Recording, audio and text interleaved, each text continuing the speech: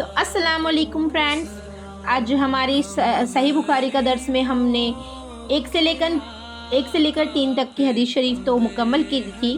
آج ہم حدیث نمبر 4 سے شروع کریں گے، تو چلیے شروع کرتے ہیں۔ حدیث نمبر 4، جابر بن عبداللہ انصاری رضی اللہ تعالی عنہ سے روایت ہے کہ انہوں نے رسول اللہ صلی اللہ علیہ وسلم کی زبانی وحی کے رک جانے کا قصہ سنا۔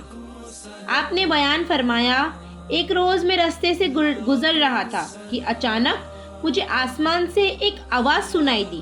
میں نے سر اٹھایا تو دیکھا کہ وہی فرشتہ جو میرے پاس غار حرا میں آیا تھا، آسمان اور زمین کے بیچ ایک کرسی پر بیٹھا ہوا ہے۔ میں اسے دیکھ کر بہت ڈر گیا۔ پھر لوٹ کر میں نے کہا، مجھے چادر اڑا دو۔ خدیجہ نے چادر اڑا دی۔ اس وقت اللہ تعالیٰ نے وحی نازل کی، اے اوڑھ لپیٹ کر لیٹنے والے، اٹھو اور خبردار کرو اور اپنے رب کی بڑائی کا اعلان کرو اور اپنے کپڑے پاک رکھو اور گندگی سے دور رہو۔ سورہ المدثر۔ پھر وحی کے اترنے میں تیزی آ گئی اور وحی لگاتار اترنے لگی۔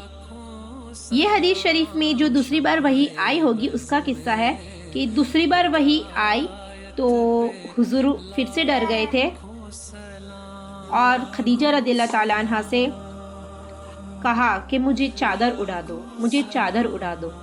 تو جب خدیجہ رضی اللہ تعالیٰ نے پھر سے چادر اڑا دی، تب یہ وحی نازل ہوئی کہ اے اوڑھ لپیٹ کر لیٹنے والے، اٹھو اور خبردار کرو اور اپنے رب کی بڑائی کا اعلان کرو اور اپنے کپڑے پاک رکھو اور گندگی سے دور رہو۔ یہ سورہ المدثر کی آیت شریف ہے۔ تو اب ہم آتے ہیں اپنی حدیث شریف 5ویں نمبر کی حدیث شریف پر۔ ابن عباس رضی اللہ تعالیٰ عنہ سے اس فرمان الہی، اے پیغمبر، آپ وحی کو جلدی سے یاد کرنے کے لیے اپنی زبان کو حرکت نہ دے، کی تفسیر بیان کرتے ہوئے فرماتے ہیں کہ رسول اللہ صلی اللہ علیہ وسلم قرآن اترتے وقت اسے یاد کرنے کے لیے اپنے ہونٹوں کو ہلایا کرتے تھے اور اس سے آپ کو کافی تکلیف ہوتی تھی۔ ابن عباس رضی اللہ تعالیٰ عنہ نے کہا، میں ہونٹ ہلا کر دیکھتا ہوں جیسے رسول اللہ صلی اللہ علیہ وسلم اپنے ہونٹ ہلاتے تھے۔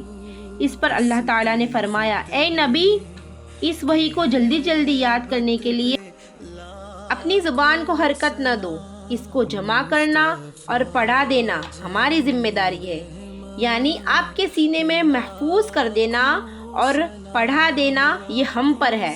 پھر اللہ کے اس فرمان، پھر جب ہم پڑھ چکے تو ہمارے پڑھنے کی پیروی کرو کی تفسیر کرتے ہوئے فرمایا، خاموشی سے کان لگا کر سنتا رہ۔ پھر اللہ کا فرمان، اس کا بیان کرنا بھی ہمارا کام ہے کی تفسیر کرتے ہوئے فرمایا، پھر اس کا مطلب سمجھا دینا بھی ہماری ذمہ داری ہے۔ ان آیات کے اترنے کے بعد جب جبریل علیہ الرحمہ رسول اللہ صلی اللہ تعالی علیہ وسلم کے پاس آ کر قرآن سناتے تو آپ کان لگا کر سنتے رہتے۔ جب وہ چلے جاتے تو رسول اللہ صلی اللہ علیہ وسلم اسے اسی طرح پڑھتے جس طرح جبریل علیہ الرحمہ نے پڑھا تھا۔ سبحان اللہ۔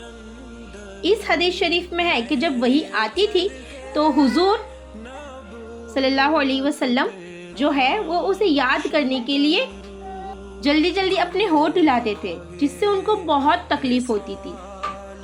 تو اس پر اللہ تعالیٰ نے فرمایا، اے نبی، اس وحی کو جلدی یاد کرنے کے لیے اپنی زبان کو حرکت نہ دو، اس کو جمع کرنا اور پڑھا دینا ہماری ذمہ داری ہے، یعنی آپ کے سینے میں محفوظ کر دینا اور پڑھا دینا یہ ہم پر ہے۔ تو اس کے بعد جب بھی جبریل علیہ السلام رسول اللہ صلی اللہ علیہ وسلم کے پاس آ کر قرآن سناتے تو آپ صرف سنتے رہتے، اور پھر جب وہ چلے جاتے تو رسول اللہ صلی اللہ علیہ وسلم اسے اسی طرح پڑھتے جس طرح جبریل علیہ السلام نے پڑھا تھا۔ سبحان اللہ۔ اب ہم لیتے ہیں حدیث شریف نمبر 6، 6 نمبر کی جو حدیث ہے۔ ابن عباس رضی اللہ تعالی عنہ سے روایت ہے کہ رسول اللہ صلی اللہ علیہ وسلم سب لوگوں سے زیادہ سخی تھے، خاص کر رمضان میں۔ جب جبریل علیہ السلام سے آپ کی ملاقات ہوتی تو بہت خرچ کرتے، اور جبریل علیہ السلام رمضان المبارک میں ہر رات آپ سے ملاقات کرتے اور قرآن مجید کا دور فرماتے۔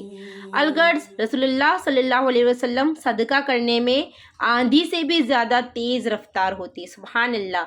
یہ جب آپ پر وہی آتی تو رسول اللہ صلی اللہ علیہ وسلم زیادہ سے زیادہ خرچ کرتے اور صدقہ کرتے تھے۔ سبحان اللہ۔ اب اس سے آگے کی جو حدیث مبارکہ ہے وہ ہم نیکسٹ ویڈیو میں لیں گے انشاءاللہ۔